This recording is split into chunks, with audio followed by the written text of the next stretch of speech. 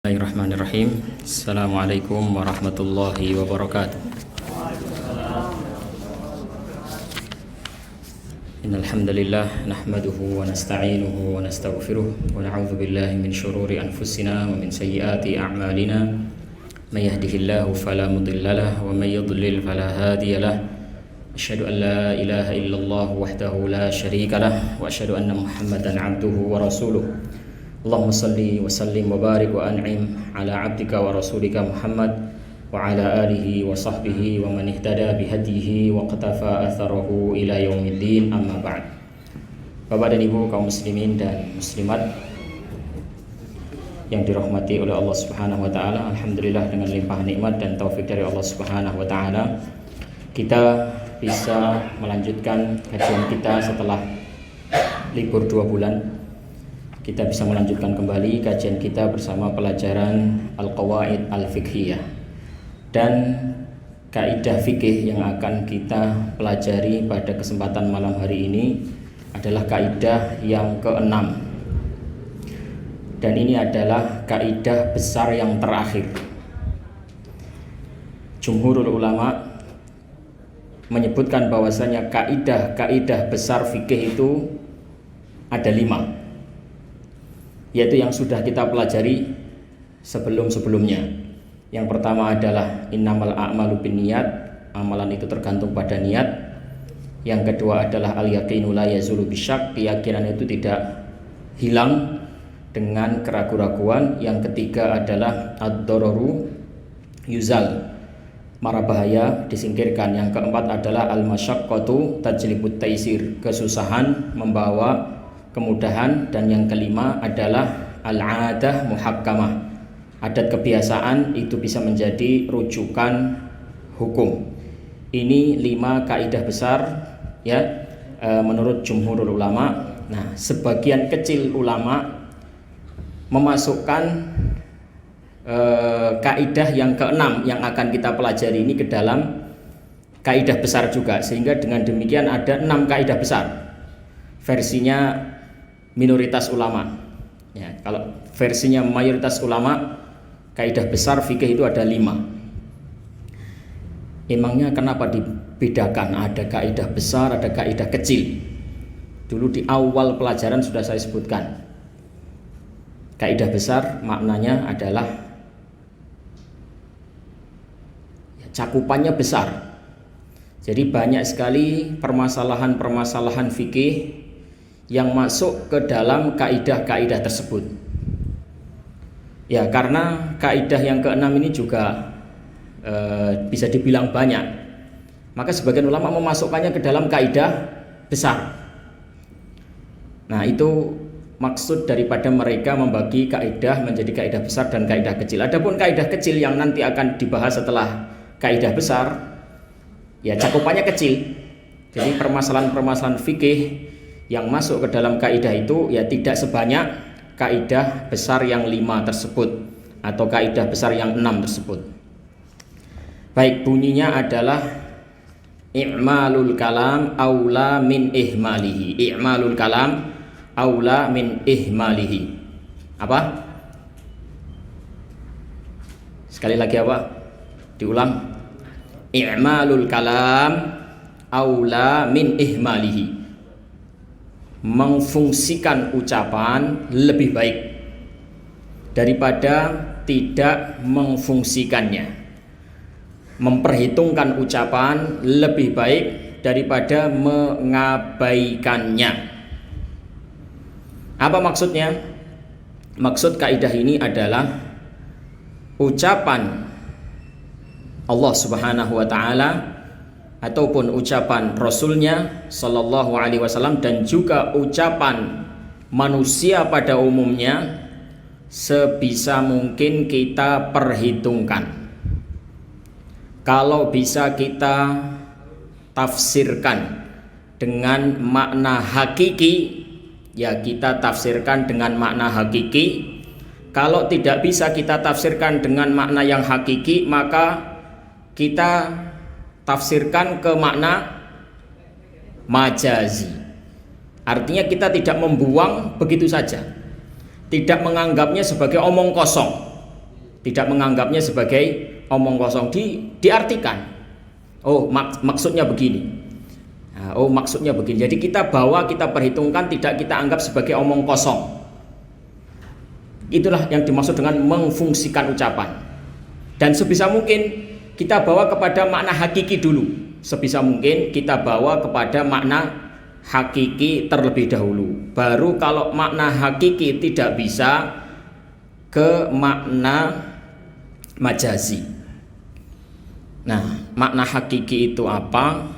Makna majazi itu apa? Makna hakiki adalah al-lafzu al-musta'malu fima wudi'a lahu. Lafaz yang dipakai sesuai dengan pemakaian aslinya. Itu makna majazi, makna hakiki. Jadi lafaz kita tafsiri, kita pahami dengan pemahaman aslinya lafaz itu diletakkan. Aslinya lafaz itu dipakai untuk apa? Lafaz itu aslinya dipakai untuk apa? Ya itulah makna hakiki. Kalau makna majazi, al-lafzu al-musta'malu fi ghairi ma wudi'a lahu li'ilaqatin. Yaitu lafaz yang terpakai untuk pemakaian yang tidak asli. Ini pemaknaan yang tidak asli. Tapi kita memaknainya dengan makna yang tidak asli itu karena ada hubungan. Ya, ada hubungan dengan makna yang asli. Terus juga ada qarinah, ada indikasi. Ada indikasi untuk kita pahami dengan makna yang tidak hakiki tersebut. Contoh. Ini contoh ini lebih bisa memahamkan daripada definisi. Definisi kadang masih ngambang. Tapi kalau sudah dikasih contoh menjadi semakin jelas. Kalau saya mengucapkan, saya melihat singa di kebun binatang. Apa arti singa itu?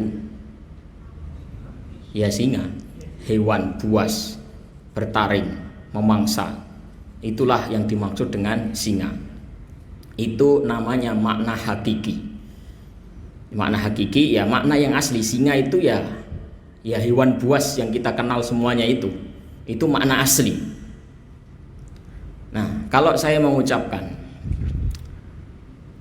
di medan pertempuran saya melihat singa gigih, berani maju ke medan perang dengan menenteng senapannya, maka singa yang dimaksud di sini apa? Seorang pejuang yang pemberani. Pejuang yang pemberani. Si fulan adalah singa podium. Singa podium, singa mimbar. Maksudnya ada singa masuk masjid begitu khotbah? Tidak. Maknanya adalah orang yang ketika berceramah, ketika berorasi itu lantang sekali suaranya, tidak takut. Ya, tidak takut ditangkap polisi, tidak takut ucapannya dipermasalahkan. Pokoknya ini benar dia ucapkan, tegas, lantang, nggak takut siapapun. Itu namanya apa? Singa podium, ya, singa mimbar. Nah, ini contoh makna majazi. Jadi ada hakiki, ada majazi. Sebisa mungkin ucapan orang itu kita fungsikan, kita perhitungkan. Kalau kita bisa tafsirkan ke makna yang hakiki, kita tafsirkan kepada makna yang hakiki. Kalau tidak bisa ditafsirkan ke makna yang hakiki, tidak langsung kita buang. Kita bawa ke makna majazi terlebih dahulu. Baru kalau makna hakiki tidak bisa, makna majazi tidak bisa, baru kita buang, kita fungsikan atau kita anggap sebagai omong kosong yang nggak ada perhitungannya. Baik, apa dalil dari kaidah ini? Banyak sekali dalilnya dari Al-Quran maupun dari As-Sunnah. Al-Quran maupun As-Sunnah mengisyaratkan kepada kita bahwasanya ucapan itu diperhitungkan, dipertimbangkan, dinilai oleh Allah Subhanahu wa Ta'ala. Di antaranya firman Allah Subhanahu wa Ta'ala, ma yalfidhu min qaulin illa ladaihi raqibun atid. Tidak ada ucapan yang terucap dari seorang manusia melainkan ada malaikat yang mengawasi dan mencatatnya. Ya. Di semua ucapan manusia itu dipertanggungjawabkan nanti. Kemudian juga Allah Subhanahu wa taala berfirman tentang sifatnya orang yang beriman, walladzina hum 'anil lagwi mu'ridun. Sifatnya orang yang beriman itu adalah mereka yang berpaling dari ucapan sia-sia. Jadi sifat yang baik yang dengannya Allah mensifati kaum mukminin itu adalah tidak berkata sia-sia. Artinya ucapan itu dipertimbangkan. Kalau ucapan yang sia-sia, maka seorang hamba mukmin itu berpaling darinya. Jadi ucapan itu dinilai oleh syariat, dianggap serius oleh syariat. Yang ketiga, dalil dari sunnah Rasulullah SAW, kuf alaika hada, wahai Mu'ad, tahanlah lisanmu. Kuf alaika hada, hati-hati, jangan melepaskan lisanmu seenak dirimu, tahan. Ya. Maka Mu'ad radhiyallahu ta'ala berkata, nah, wa inna la mu'akhaduna bima natakallamu bihi ya Rasulullah.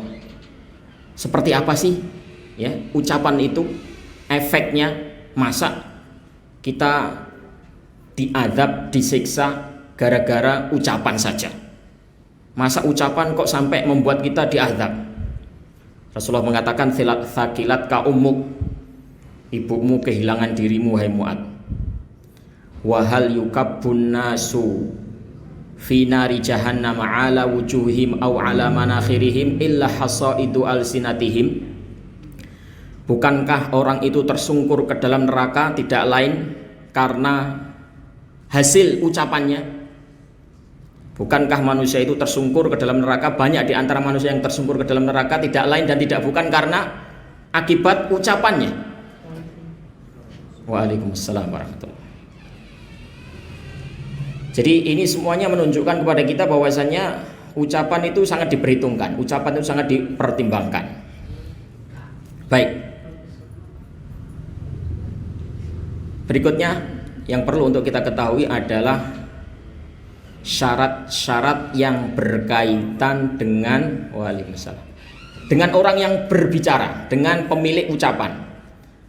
Ini pemilik ucapan, orang yang berbicara, ada syarat-syaratnya untuk difungsikan ucapannya, untuk diperhitungkan ucapannya. Artinya kalau tidak memenuhi syarat-syaratnya ya ucapannya dianggap bisa tidak diperhitungkan, ucapannya bisa tidak diperhitungkan kalau tidak memenuhi syarat. Syarat yang pertama adalah balik. Syarat pertama adalah balik. Jadi orang sudah dewasa seperti kita semuanya, balik. Ya, ini ucapannya diberlakukan, ucapannya diperhitungkan di dalam syariat. Jadi apa yang kita ucapkan, ya ada hukumannya, ada konsekuensinya.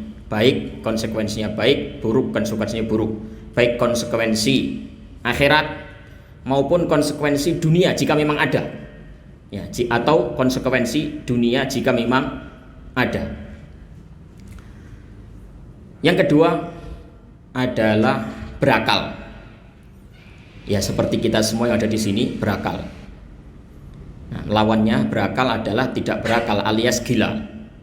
Orang gila itu mau mencela, mau mencaci, mau berkata-kata apa saja, nyakiti orang, perkataannya ya kita memaklumi. Tarah yo wong edan, nah wong gendeng, ucapannya seperti apapun ya kita maklumi. Kalau kita tidak bisa memaklumi berarti kita yang gendeng, ya kan? Ada orang gila mencaci kita, kita terpancing emosi. Nah berarti siapa yang gendeng? Jadi kita memaklumi kalau ada orang gila mengucapkan kata-kata yang tidak sesuai, tidak pas. Meskipun itu ucapan yang mungkin ya, kalau di kalau dalam bahasa kita itu mengandung unsur penistaan agama misalnya. Tapi yang mengucapkannya orang gila. Nah, ya sudah dia dibebaskan, nggak diteruskan kasusnya, biarkan saja. Nah, makanya ini banyak orang menjadikan alasan. Ini kalau orang ketangkap gitu apa? Ya, maca edan. Ada orang ketangkap punya kasus apa gitu, penistaan agama atau apa itu, pura-pura gila. Dan yang ketiga, syarat ketiga adalah dia adalah mukhtar. Mukhtar itu tidak dipaksa. Tidak dipaksa. Artinya kalau ada orang yang balik, berakal, terus dia mengucapkan kata-kata tapi dia ucapannya itu tidak muncul dari keinginannya sendiri, dia dipaksa, ya mungkin dia dihadapkan di sebuah siksaan, ya, wajan besar berisi minyak goreng panas, kalau kamu tidak mau mengucapkan kalimat talak kepada istrimu, tak goreng kamu.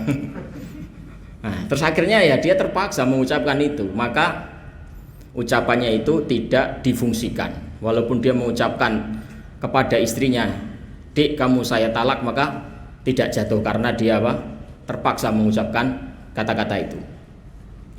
Baik, kemudian para ikhwah yang dirahmati Allah Subhanahu wa taala, ini syarat yang berkenaan dengan orang. Syarat yang berkenaan dengan orang yang berucap ada 3. Ada lagi syarat yang berkenaan dengan ucapannya itu sendiri, ya. Jadi ucapan yang seperti apa yang harus kita fungsikan, tidak boleh kita abaikan. Syaratnya ada 2. Yang pertama, alla yata'adzar i'malul kalam bi ahadi anwa'it ta'adzur. Ya.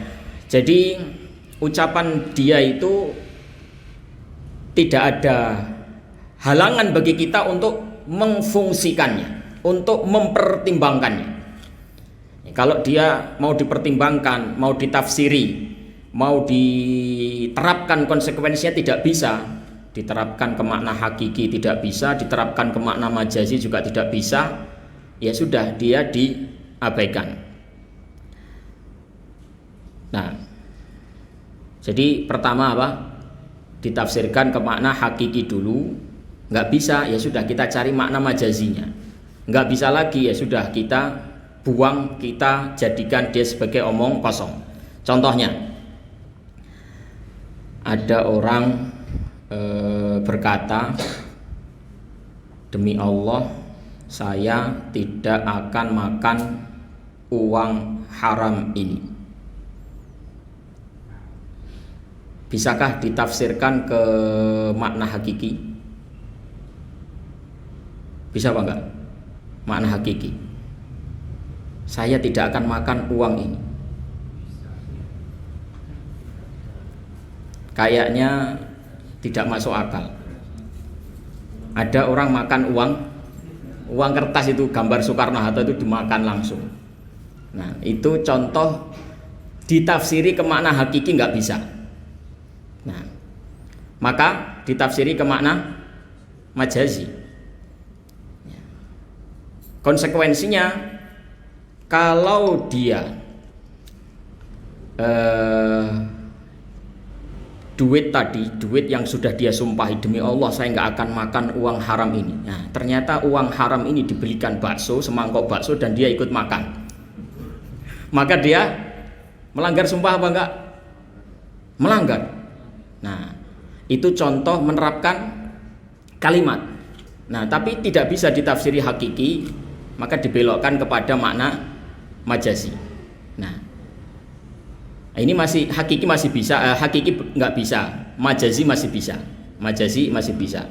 Nah, maka seperti itu. Jadi kalau memang bisa ditafsirkan ke makna hakiki, majazi, kalau tidak bisa baru majazi.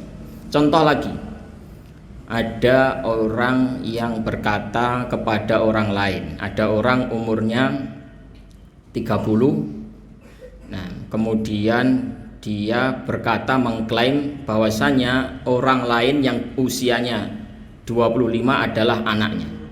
Ada orang usia berapa? 30 tahun. Terus dia mengatakan kepada orang yang berusia 25, "Ini anakku, anak kandungku." Mungkinkah seperti itu? Atau yang lebih tidak mungkin lagi, misalnya ada orang usianya 30 berkata kepada orang yang berusia 40 tahun, "Ini adalah anakku." Nah, anak kandungku. Nah, maka ini adalah mau ditafsirkan ke hakiki tidak bisa. Dia bilang anak kandung. Nah,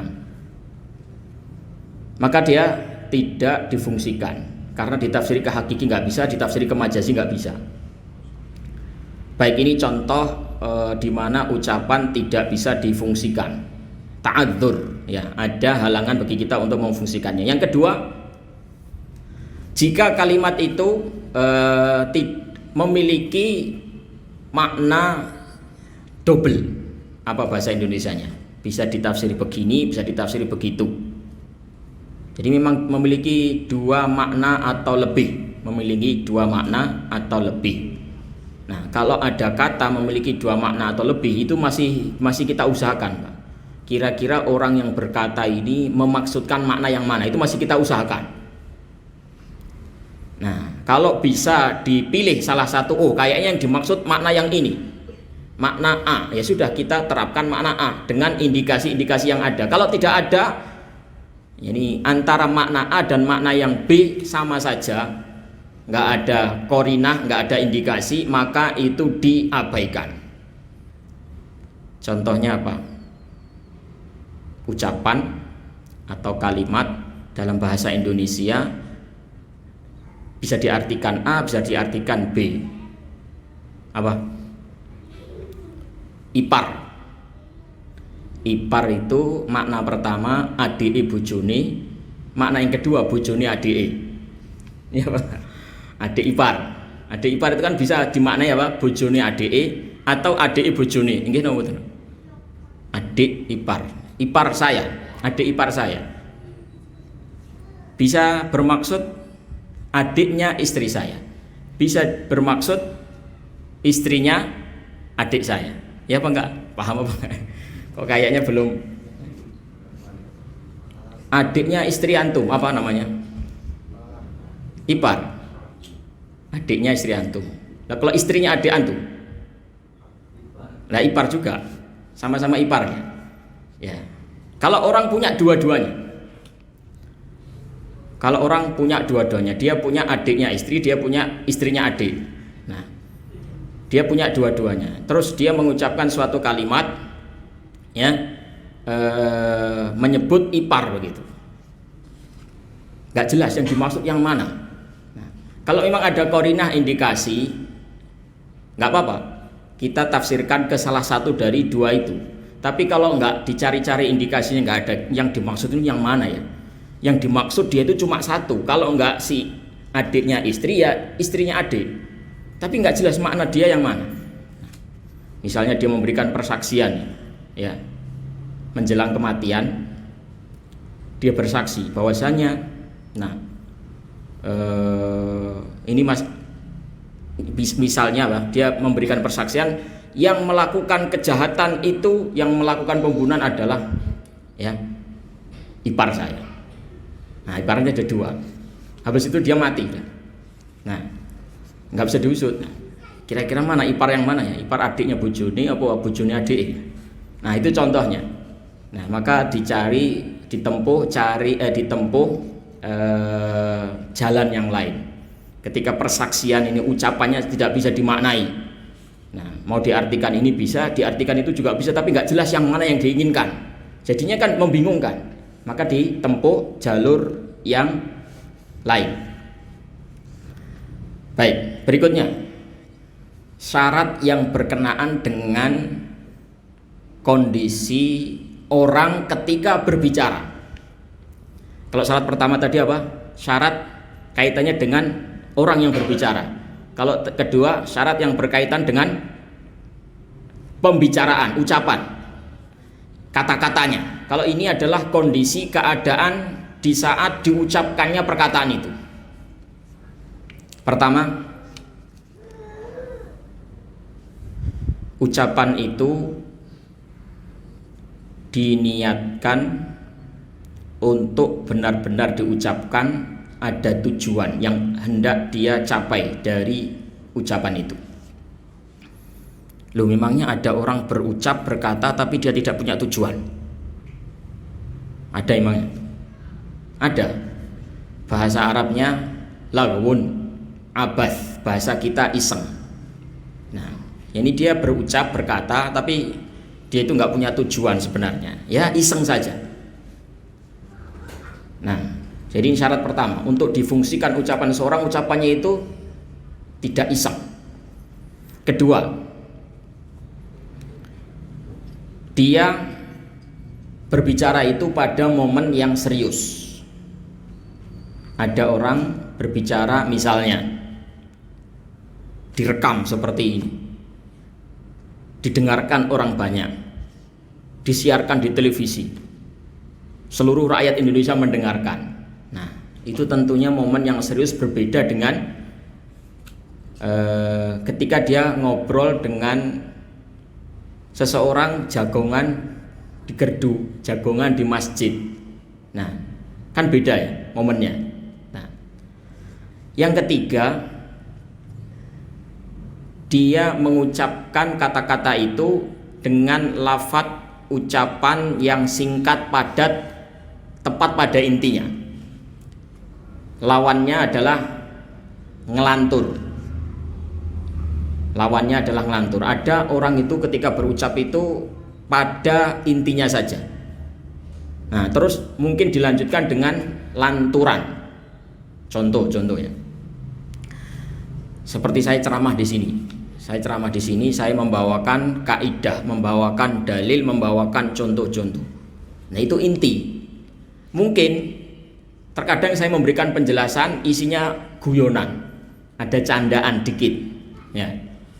Nah, itu beda inti sama ngelanturan itu.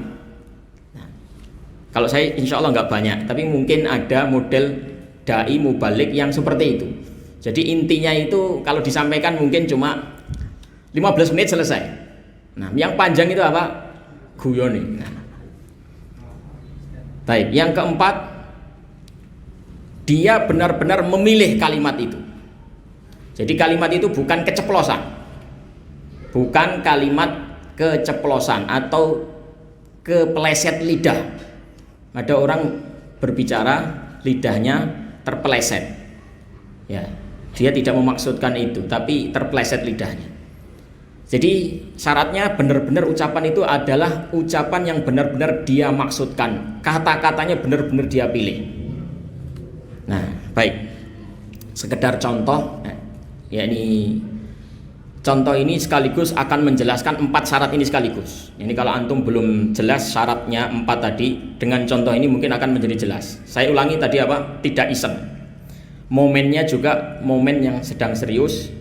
Terus dia itu berbicara, pembicaraan yang sedang dipermasalahkan itu pembicaraan inti, bukan tambahan ngelanturan. Dan dia memilih kalimat. Sengaja memilih kalimat itu.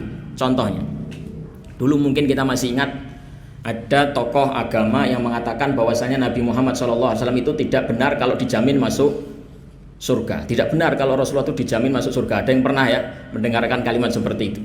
Nah, kemudian minta maaf, dan ya umat saat itu agak susah menerima permintaan maafnya. Nah, kenapa? Karena omongannya itu tidak iseng.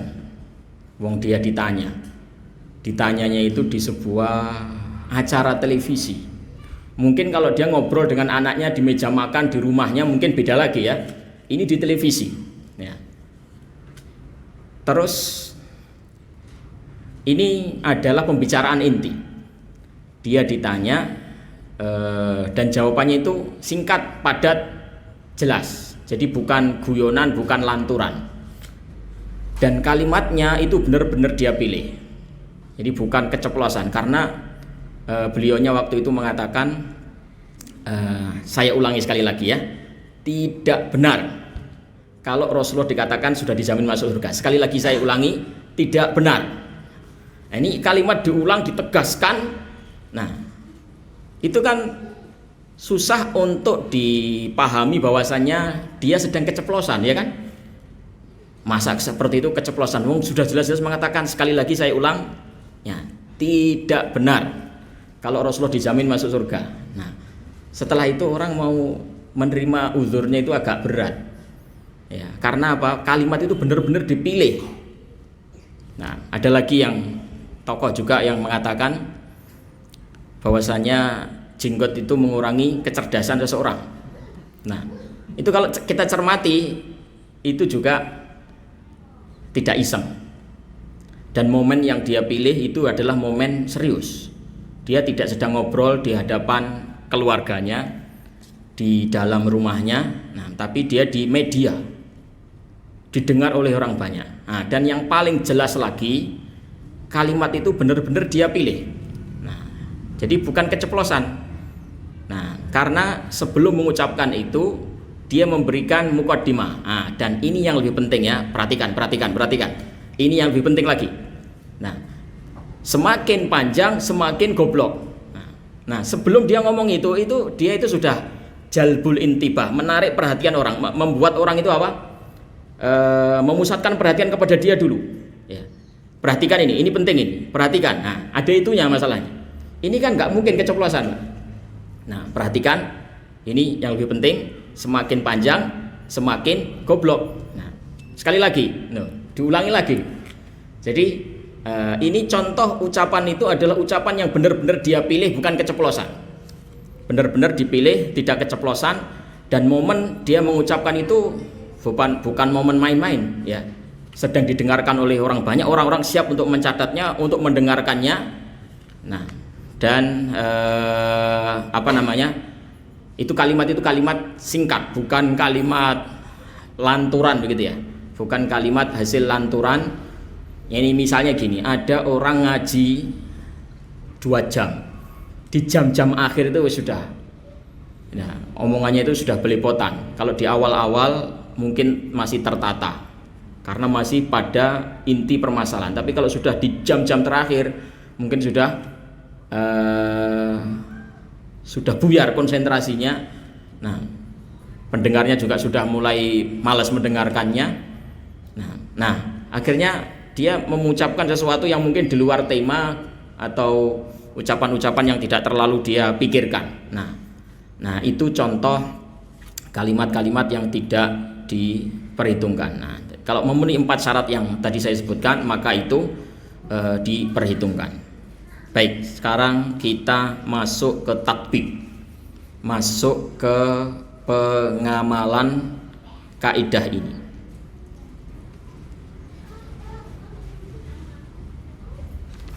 Pengamalan yang pertama, Bapak dan Ibu yang dirahmati Allah Subhanahu wa taala, contoh penerapan dari kalimat ini, dari kaidah ini. Yang pertama, idza qala syakhsun waqaftu baiti hadza ala waladi thumma 'alal fuqara fa in kana lahu waladu sulbin humilal kalam alaihi wa illam yakun lahu waladu sulbin bal lahu hafidun humila alaihi aidan li alla yuhmal al kalam. Saya mewakafkan rumah saya kepada anak saya. Ada orang berkata begitu, saya wakafkan rumah saya kepada anak saya. Nah, ucapannya kita ingat seperti itu, saya wakafkan rumah saya kepada anak saya. Dalam kenyataannya ternyata dia nggak punya anak. Maka bagaimana? Ucapannya diapakan? Dia nggak punya anak. Saya wakafkan rumah saya kepada anak saya. Nah, kalau dalam bahasa majas ada anak yang hakiki, yaitu anak langsung, ya, anak kandung. Nah, kemudian anak yang tidak langsung, ini majas, yaitu cucu. Ya, seperti kita ini anak Adam, ya kan? Apakah anaknya langsung? Tidak. Ya, kita bukan anak Adam langsung. Kita ini anaknya keturunan yang ke sekian, ke 100 atau ke 200 atau ke 300 keturunan. Ya, kita nggak tahu.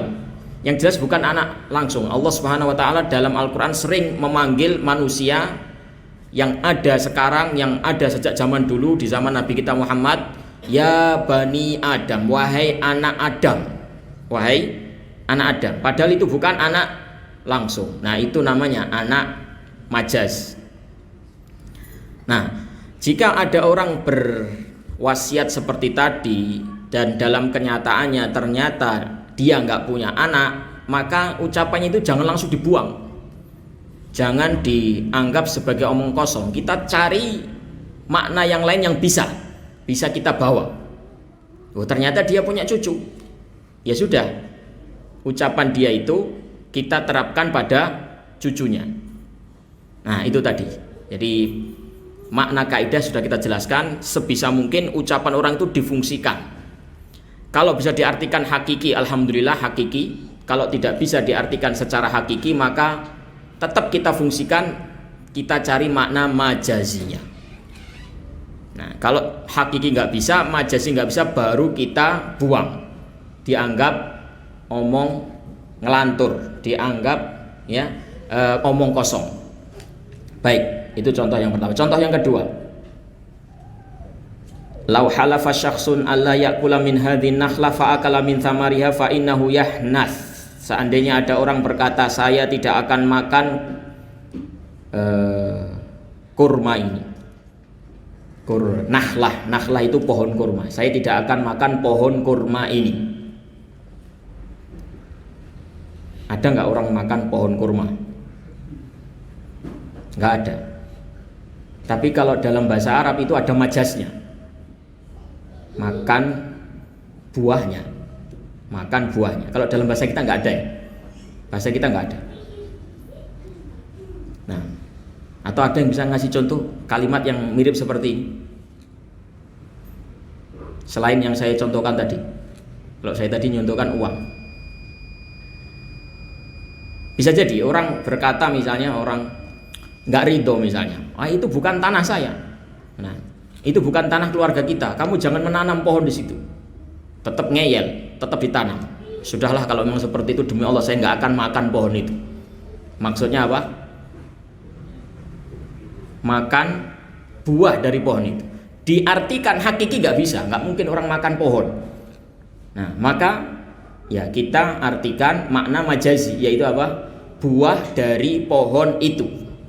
Ya, bukan pohonnya, tapi buah dari pohon itu. Nah, konsekuensinya bagaimana nanti konsekuensinya? Kalau seandainya dia makan buahnya, maka batal. Sumpahnya telah dia langgar. Dia berarti telah melanggar sumpah. Itu wujud dari penerapan, mengamalkan konsekuensi dari ucapannya. Kalau kita bersikap seperti ini, misalnya contoh, oh enggak kok tadi sumpahnya dia demi Allah saya enggak akan makan pohon itu. Nah sekarang dia enggak makan pohon, dia cuma makan buahnya, berarti enggak melanggar. Nah itu keliru seperti itu. Ya, itu berarti tidak mengfungsikan ucapan. Berarti dia tidak memakai hakiki, tidak memakai majazi. Ya. Baik, sudah azan. Ini azan dulu atau lanjut dulu? Biasanya saya lupa nih, sudah 2 bulan. Azan dulu atau azan dulu nanti dilanjutkan gitu. Ya, baik silakan.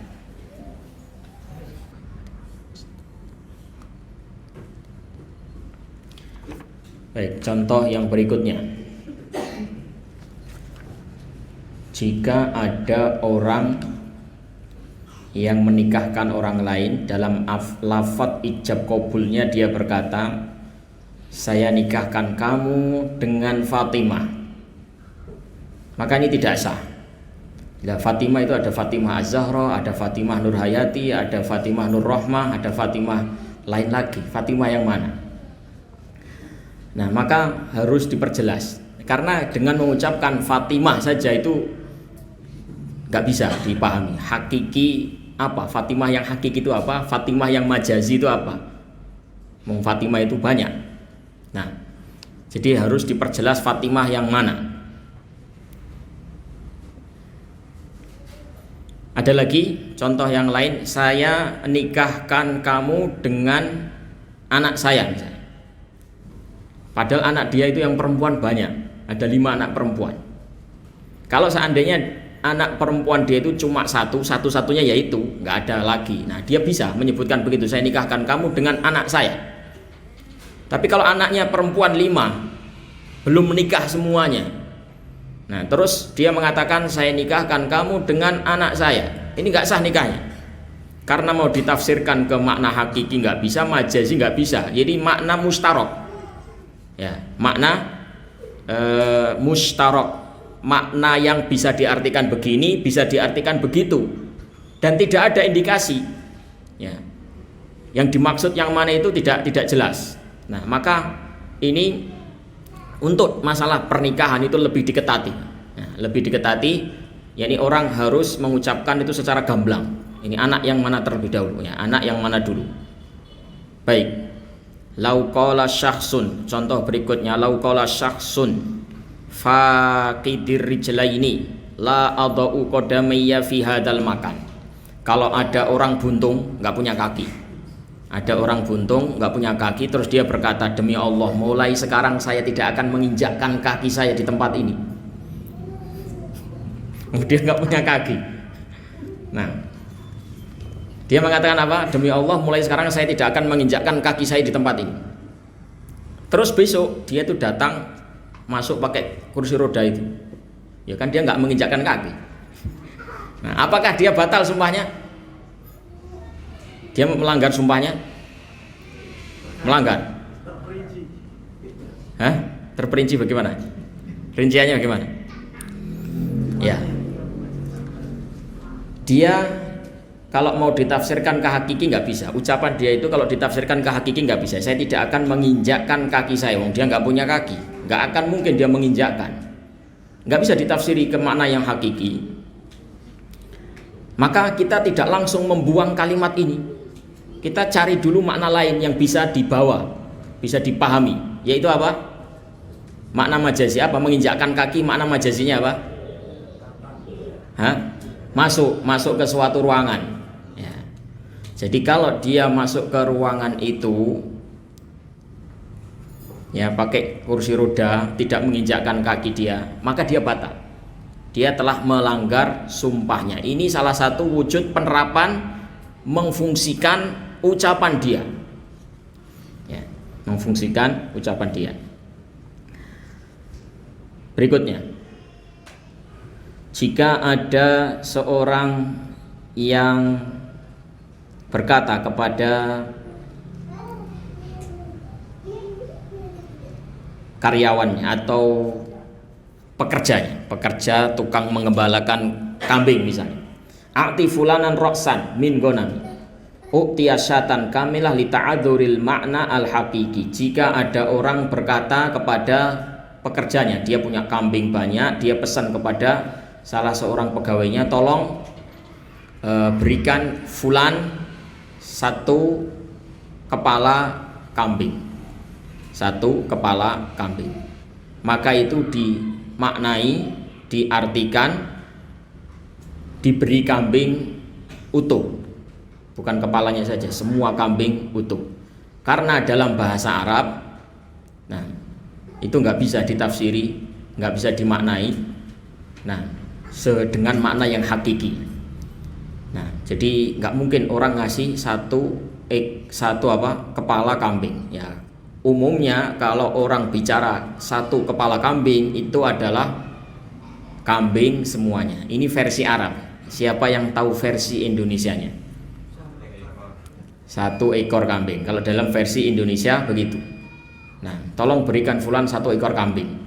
Nah, juga pantas masa dikasih ekornya tok. Masuk kambing dipotong buntutnya dikasihkan orang, kan nggak mungkin. Itu makna hakiki, Pak. Ekor kambing, satu ekor kambing itu ekor tok. Itu makna hakiki. Tapi makna hakiki ini tidak mungkin. Ya, tidak mungkin. Maka kita tetap fungsikan kalimat ini, tetap kita fungsikan ke makna majazi. Makna majazi, satu ekor kambing itu kambing secara utuh. Nah, dan sebenarnya yang seperti ini para ulama menamakan ini ini bukan majazi lagi. Ini adalah hakiki, tapi hakikoh urfiyah. Dia makna hakiki, tapi hakikinya sudah bukan hakiki asli, hakiki lugoh, hakiki secara urf, pemakaian umumnya manusia. Satu ekor kambing itu manusia memahaminya ya kambing secara utuh. Ya, jelas ya. Jadi dipahami sebisa mungkin kita pahami dulu, kita bawa kepada makna yang memungkinkan, dibawa kepada makna yang memungkinkan. Contoh yang berikutnya, lawid da'a rajulun sahihul yadain ala rajulin akhar annahu qata'a yadahu wa talabahu biddiyah waqa'al kalamu lagwan. Jika ada orang yang jelas-jelas tangannya utuh, sehat, wal afiat, ya normal, tiba-tiba dia menuduh orang lain, nah fulan telah memotong tangan saya, nah ganti rugi. Dia ngaku di depan pengadilan seperti itu, nah, tangan saya telah dipotong oleh fulan, sekarang saya menuntut balas, menuntut ganti rugi diat misalnya. Nah ini ucapan dia itu mau ditafsiri hakiki, majazi, nggak bisa. Nah dia mengatakan tangan saya dipotong, jelas-jelas dalam kenyataannya tangan dia utuh dan nggak ada bekas operasi, sembungan atau apa, nggak ada. Jelas-jelas dia tangannya adalah normal. Nah maka ucapan dia itu dianggap ya omong kosong, laguan, nggak bisa dipahami. Nah ngelantur. Nah baik, ini contoh-contoh penerapan dari kaidah i'malul kalam aula min ihmalihi. Saya berharap dengan contoh-contoh tadi ya antum bisa mengkiaskan sendiri. Permasalahan itu banyak. Mungkin ada permasalahan-permasalahan yang mungkin tidak ada sekarang. Tapi dengan kita belajar ini, saya berharap suatu saat kalau terjadi permasalahan yang tidak kita kira-kira, tidak kita duga-duga, kita bisa membawanya ke sini. Itulah agama. Agama itu itulah fikih. Fikih itu ilhaqun nadhir binadhirihi. Jadi membawa suatu permasalahan kepada permasalahan lain yang serupa. Mungkin banyak permasalahan yang tidak saya sebutkan di sini. Ya, banyak permasalahan yang tidak saya sebutkan di sini. Saya menyebutkan contoh 5 atau 4 tadi. Nah, itu silakan antum terapkan sendiri jika seandainya ada masalah yang seperti itu, mirip-mirip seperti itu. Itulah yang dimaksud dengan kias, itulah yang dimaksud dengan pengamalan kaidah fikih. Nggak mungkin akan saya sebutkan semuanya. Nah, tapi setidaknya dengan contoh-contoh tadi dan penjelasan makna kaidah tadi kita bisa menerapkannya dalam permasalahan-permasalahan yang lain yang mungkin kita temui dalam kehidupan kita sehari-hari. Baik, saya kira sampai di sini dulu. Barangkali sebelum kita tutup, kalau ada yang ingin ditanyakan, saya persilahkan. Kalau bisa saya jawab, saya jawab. Monggo, silakan. Masalah 4 syarat tadi itu dalam kondisi seseorang mengatakan, apakah itu juga berlaku ketika untuk syarat talak, ketika diucapkan talak itu apakah harus memenuhi tadi tidak boleh 4 syarat tadi, apakah harus diterapkan juga atau diuruskan? Iya. Talak. Nah, jadi namanya kaidah yang kita pelajari, belajar kaidah mulai dari awal sampai akhir, namanya kaidah kulliyah, kaidah besar, itu rata-rata ada istitsna, pengecualian. Dan nggak apa-apa, kaidah itu tetap dikatakan kaidah besar meskipun ada pengecualian, itu biasa. Ada kaidah, ada pengecualian, itu biasa. Nah, tidak ada masalah. Nah, baik, untuk masalah talak apakah termasuk pengecualian atau tidak? Tergantung masalahnya seperti apa. Nah, dalam sebuah hadis ada disebutkan salasun jidduhunna jiddun wa hazluhunna jiddun. 3 perkara, seriusnya adalah serius, candanya juga serius. Jadi antum berbicara dengan serius, antum berbicara dengan canda, ya serius. Apa 3 perkara itu? An-nikahu wat talaqu war raj'ah. Nikah, talak, dan rujuk. Misalnya ada orang canda sama istrinya, terus dalam candanya itu muncul lafaz apa? Lafaz talak. Jatuh talak. Nah, jatuh talak. Nah, jika kalimatnya itu benar-benar kalimat sorry. Lafaz talak itu ada 2. Lafaz talak itu ada 2. lafdzun sharih dan lafdzul kinayah. Sharih itu adalah lafadz yang jelas, tegas, gamblang.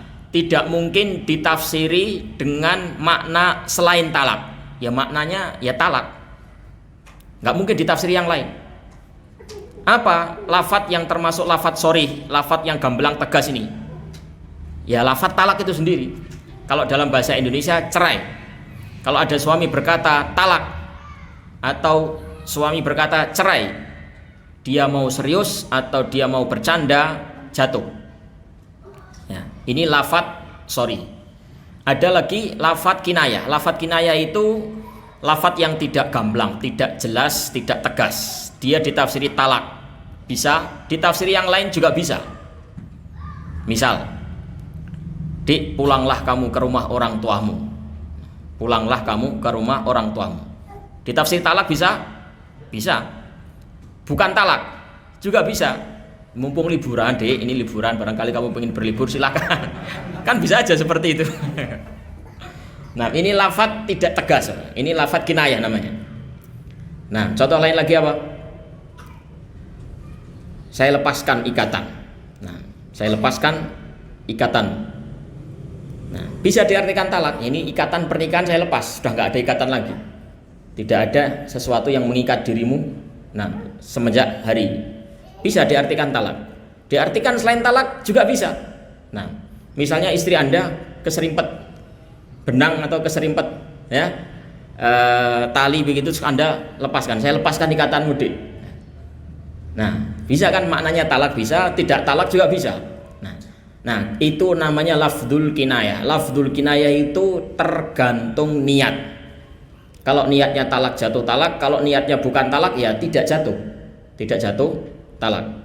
Nah, beda sama lafdzun sharih. Sharih itu ya canda atau tidak, atau serius, serius atau tidak serius, itu jatuh. Apa yang membedakan serius dan tidak serius? Niat. Nah, jadi ini para ulama mengatakan ada niat atau tidak jatuh talak. Kalau sudah terucap lafdzun sharih, lafadz yang tegas, dia niat jatuh talak, tidak niat dia jatuh talak. Tidak niat itu artinya dia canda. Nah, kalau niat berarti dia serius. Ya, seperti itu. Wallahu a'lam bishawab.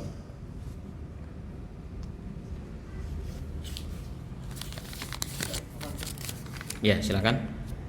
Apakah dalam masalah talak ini juga dipersyaratkan paham tentang masalah ini? Kan ada orang dia seringnya bercanda seperti itu, tapi dia nggak ngerti hukum. Apakah juga masih termasuk jatuh dalam masalah? Baik. Agak susah ya. Ini saya juga sering ditanya masalah ini. Ada orang menjatuhkan talak itu suka hitungan, tapi ya dia nggak tahu. Dia nggak tahu kalau talak itu main-main sudah jatuh, ya. Dan dia tidak tahu kalau sudah jatuh itu konsekuensinya apa, kalau sudah 3 kali itu konsekuensinya apa. Nah, wallahu alam, saya berharap ya orang semacam ini tidak jatuh. Kenapa? Ya, taklif mu'allakun bil ilm. Nah, taklif mu'allakun bil ilm, yakni beban-beban syariat, hukum-hukum syariat itu berkaitan dengan ilmu. Artinya tidak ada beban apa-apa, tidak ada hukum apa-apa bagi orang yang tidak berilmu. Ini pernah permasalahan yang serupa dengan ini pernah ditanyakan, bagaimana tentang orang yang memiliki pabrik rokok, misalnya pabrik rokok, dan dia kaya dan dia punya harta banyak dari usahanya tersebut. Nah, kemudian dia taubat, dia sudah tidak usaha itu lagi, tapi dia punya mobil, dia punya rumah, dia punya ya bangunan-bangunan, aset-aset yang berasal dari usahanya tersebut. Terus dia sekarang sudah tobat, apakah itu semuanya aset-aset itu dibuang semuanya ya, atau dia sedekahkan semuanya untuk berlepas dari keharaman tadi? Nah, Syekh Sulaiman Ar-Ruhaili waktu itu ditanya masalah itu, nah, beliau kembali bertanya, orang ini tahu apa enggak kalau rokok itu hukumnya haram, tahu apa enggak? Nah, ada dua kemungkinan, ada orang itu sudah tahu tapi tetap ngeyel. Nah, karena mengikuti hawa nafsunya. Kalau orang seperti ini, iya, dia ketika bertobat dia harus berlepas diri dari harta-harta yang dia dapatkan dari uang hasil pekerjaan haram tadi. Tapi kalau dia tidak tahu, terus baru tahu terus tobat, ini nggak masuk. Jadi kerjanya dia itu di usaha yang haram itu bagi dia tidak haram loh, dia nggak tahu. Dia kan nggak tahu kalau itu adalah haram. Nah, yang masalah itu kalau orang sudah tahu haram, dia nekat karena apa? Mengikuti hawa nafsunya. Nah, saya berharap permasalahan yang ini sama seperti itu. Dia tidak tahu, ya. Ya mungkin dia nanti ada masalah lain lagi karena ketidaktahuannya dan tidak mau cari tahu. Dia nanti kena hukum apa? Orang yang i'rad, berpaling dari menuntut agama. Dia dosa dari situ. Loh, anak wis 5 kok bisa sampai nggak tahu urusan talak, hukum cerai kok sampai nggak tahu. Nah, dia dosa karena dia tidak tahu. Dia meremehkan, dia tidak mau mencari ilmu. Nah, dia dosa dari sisi itu. Nah, dia berdosa dari sisi itu. Adapun ketidaktahuannya itu tidak menyebabkan terjatuhnya hukum. Demikian, wallahu a'lam. Ustadz, saya kepingin nambah anak lagi tapi orang tua saya berpesan jangan buat anak lagi sampai anak pertama sudah agak besar. Apakah orang tua saya berdosa dan apa yang saya lakukan? Apa yang dilakukan? Apa hukumnya menunda kelahiran, menunda kehamilan? Itu. Jadi inti permasalahannya itu di situ. Jawab dulu, apa hukum menunda kelahiran? Bukan membatasi kelahiran, menunda. Boleh ya, menunda kelahiran, memberi jarak, menjarai jika memang Anda bisa menjarai. Karena ada orang yang nggak bisa, sudah berusaha minum pil KB tapi tetap jadi juga karena lupa. Namanya pil KB, lupa jadi.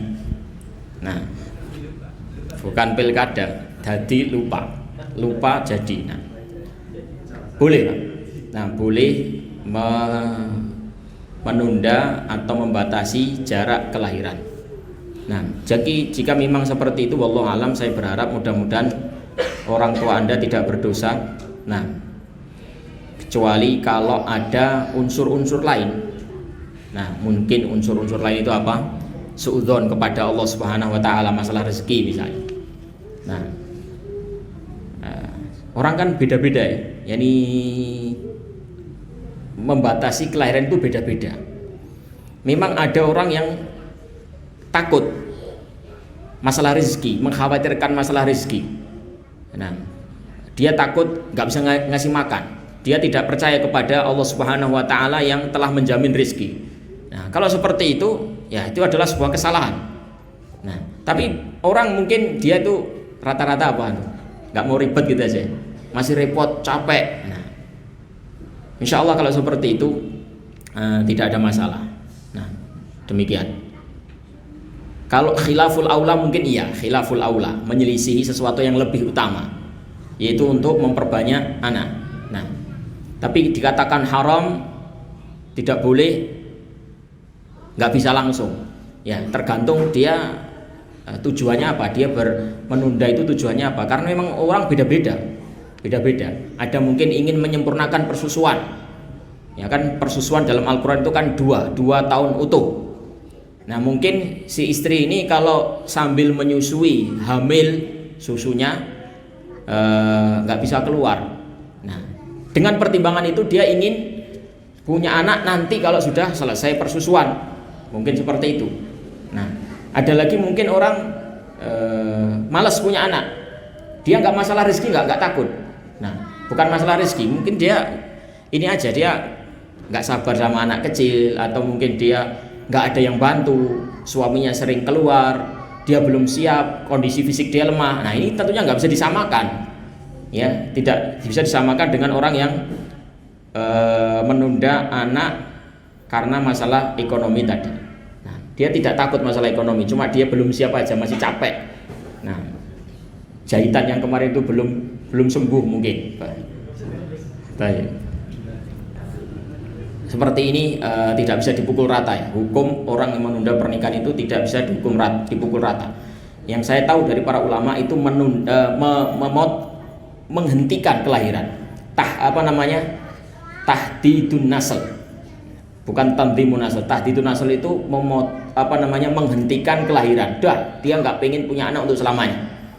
Nah, ini terlarang.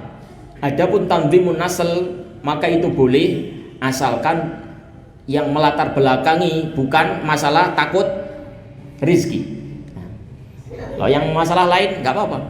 Nah, demikian wallahu a'lam bishawab. Ya, kalau orang tua Anda misalnya menyuruh seperti itu, nah, dan Anda pengen, Anda bisa jelaskan dengan baik. Nah, kalau orang tua nggak bisa menerima penjelasan Anda, masih tetap ngeyel, insya Allah Anda mengikuti saran beliau, mudah-mudahan tidak apa-apa. Nah, asalkan Anda menundanya bukan untuk masalah takut masalah ekonomi, dan orang tua pun bisa Anda jelaskan tentang masalah itu, bahwasanya kita tidak boleh takut, tidak boleh suudzon kepada Allah Subhanahu wa taala dalam permasalahan ekonomi. Terus orang tua misalnya menerima itu, menunda, ya karena apa? Ya mungkin karena melihat kondisi si istrimu kayaknya kewalahan sekali, ya. Nah, itu seperti itu tidak apa-apa insyaallah. Wallahu a'lam bishawab. Sallallahu ala nabiyina Muhammad wa ala alihi washabbihi ajmain walhamdulillahi rabbil alamin. Assalamualaikum warahmatullahi wabarakatuh.